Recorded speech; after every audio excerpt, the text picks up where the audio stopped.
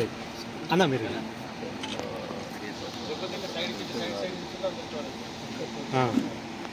అట్లయితే better sir.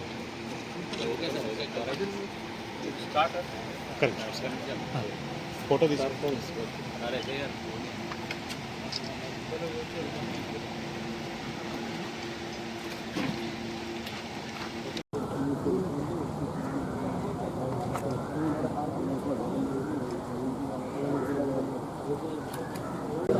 Paper ఒకటి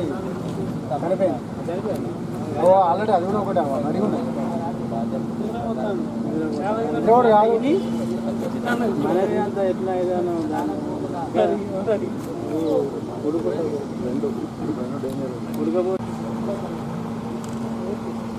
Shivapalli outskirts Bodagutta దగ్గర ఒక 3 days బ్యాక్ మాకు రిలయబుల్ ఇన్ఫర్మేషన్ వచ్చింది. దీన్ని మేము కూడా పకడ్బందీగా పట్టుకోవాలనే ఉద్దేశంతో ఫస్ట్ మా పెద్దపల్లి ఏసీపీ కృష్ణ, సుల్తానాబాద్ సిఐ రంజిత్ రావు, పెద్దపల్లి సిఐ ప్రవీణ్ కుమార్ మేమందరం వెళ్ళి మళ్ళా వాళ్ళ ఏరియా కన్సర్న్ ఎస్ఐలతో వెళ్ళి రక్కీ చేయడం జరిగింది.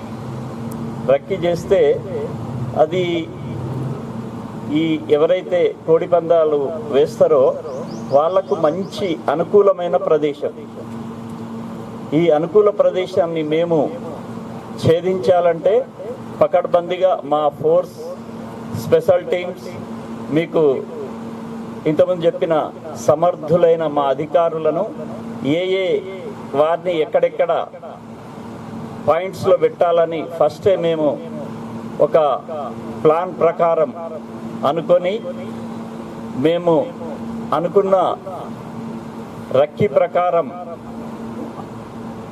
మాకు మా సమాచారకుడు అందించిన సమాచారం ప్రకారం ఎవరి పాయింట్లో వాళ్ళు ఒక 2 hours ముందే మేము వెళ్ళి ఆయా ప్లేసులలో మా అధికారులు ఫోర్స్తో పాటు అక్కడ ఉండడం జరిగింది.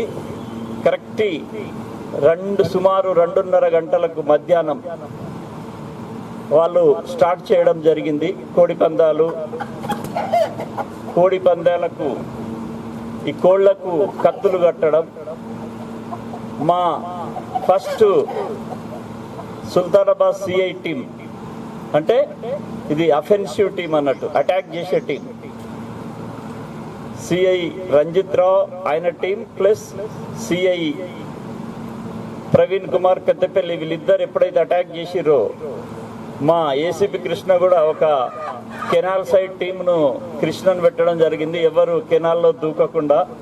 అటు ఫారెస్ట్ ఏరియాలో కూడా కొన్ని టీంలు పెట్టింది. ఫారెస్ట్ ఏరియాలో మ్యాక్సిమం ఎవరిని సింగిల్ పర్సన్ కూడా తప్పించుకోకుండా చేయాలనే ఉద్దేశంతో అందరినీ పట్టుకోవడం జరిగింది. వాళ్ళు ఎప్పుడైతే అటాక్ టీమ్ స్టార్ట్ చేయగానే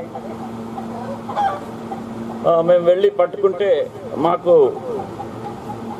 ఫస్ట్ నంబర్ 1 దీనికి first organizer Duggyala Karthik Rao Shivapalli,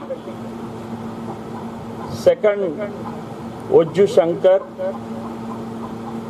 Shivapalli, Ponnala Raju residence of Shivapalli, Battula Raju Peddapalli, Salluri Naveen Gudipelli Mandamarri, Gaddam Rakesh ఈయన ఆల్రెడీ ఇంతకుముందు కానిస్టేబుల్ చేసిండు, ఈయన సెకండ్ ఆర్గనైజర్.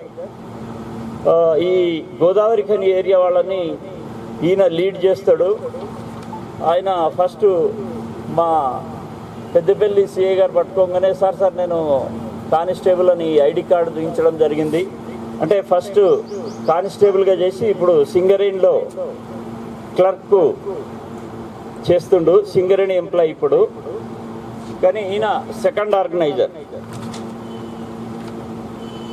గడ్డం రాకేష్ సెకండ్ ఆర్గనైజర్, పోట్లపల్లి మనోహర్ గోదావరి ఖని, ఎండి రహీం గోదావరి ఖని, వెన్న రవీందర్ ఇందారం, వేల్పుల సతీష్ ఇందారం, పులి నాగరాజు పెద్దపల్లి, కొల్లూరి మహేష్ రామగిరి, ఎండి సమాద్ టేకుమట్ల జైపూర్ మండల్, సింగారపు అఖిల్ వర్మ, ఈ 14 మందిని పట్టుకోవడం జరిగింది. దీంట్లో ఆల్రెడీ ఇంతకుముందు పాత నేరస్తులు, ఇంతకుముందు ఈ కోడి పందాల కేసులో ఉన్నోళ్ళు ఒజ్జు శంకర్, ఎండి రహీం, ఎలుపుల సతీష్ మరియు పొన్నాల రాజు, వీళ్ళపై గతంలో కూడా కేసులు ఉండడం జరిగింది. వీళ్ళపైన ఎన్హాన్స్మెంట్ కేసు కూడా మేము పెట్టడం జరుగుతుంది.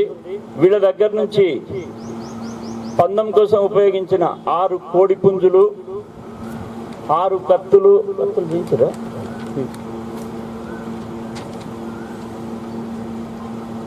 13 మొబైల్ ఫోన్స్, 40,000 రూపాయల నెట్ క్యాష్, 7 ద్విచక్ర వాహనాలు, ఒక ఎర్టిగా కార్ స్వాధీనం చేసుకోవడం జరిగింది.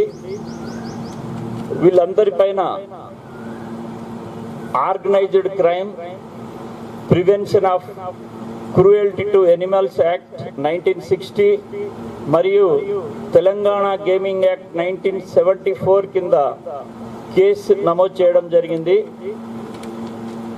ఈ కోడి పందాలు ఇవి చట్ట విరుద్ధం. ఎందుకంటే మన పెద్దపల్లి జోన్ మేము మా దగ్గరున్న సమర్థులైన అధికారులతోని కోడి పందాలే కాకుండా గేమింగ్ యాక్ట్ కానీ, డ్రగ్స్ విషయంలో గంజాయి పైన ఉక్కుపాదం మోపుతున్నాం.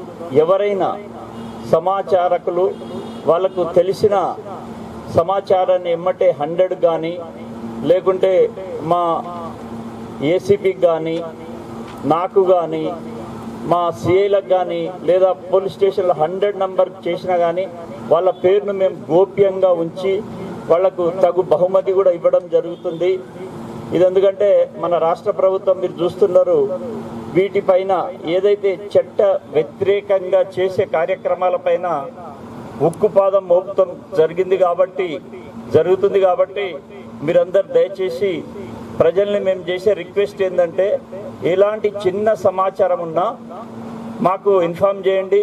మేము దాన్ని స్టడీ చేస్తాం, రక్కీ చేస్తాం. కూలంకుషంగా దాన్ని స్టడీ చేసి సింగిల్ పర్సన్ కూడా ఎస్కేప్ కాకుండా, ఎలాంటి ప్రజలకు కానీ మా సమాచారకులకు కానీ ఇబ్బంది లేకుండా దీంట్లో పకడ్బందీగా కేసులు పెట్టి వాళ్ళ కన్విక్షన్ అయ్యే విధంగా కూడా మేము చూస్తాం.